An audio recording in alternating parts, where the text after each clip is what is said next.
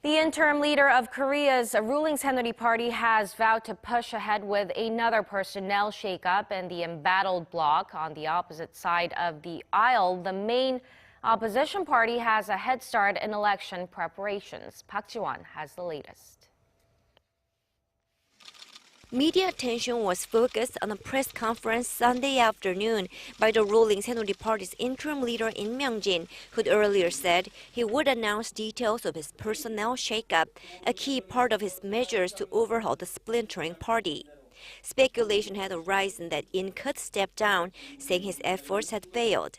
Eight-term lawmaker Suh Chung-won had vehemently opposed the interim leader's attempts to eliminate core members of the so-called pro-President Park faction, including Suh himself.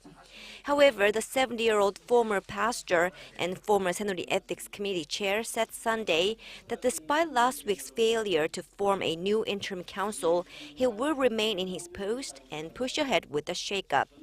In once again strongly criticized those who refused to quit the party.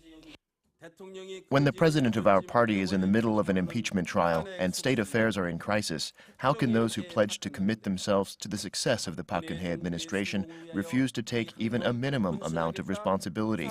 What would the public think of this? Meanwhile, the main opposition Democratic Party of Korea is kicking off its preparations for the presidential election.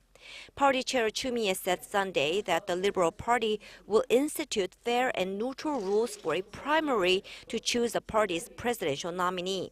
The party also said it will complete the candidate registration process before the start of the Lunar New Year holiday, which falls at the end of January.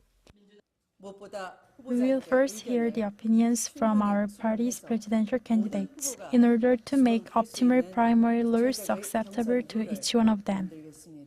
The minor opposition People's Party has chosen 24 reform tasks that it will push forward during the January Extraordinary Assembly session, which starts Monday. The reform tasks cover a range of areas, including the nation's conglomerates, the prosecution, and the press, as well as strengthening the Assembly's investigative authorities. Park Ji-won, Arirang News.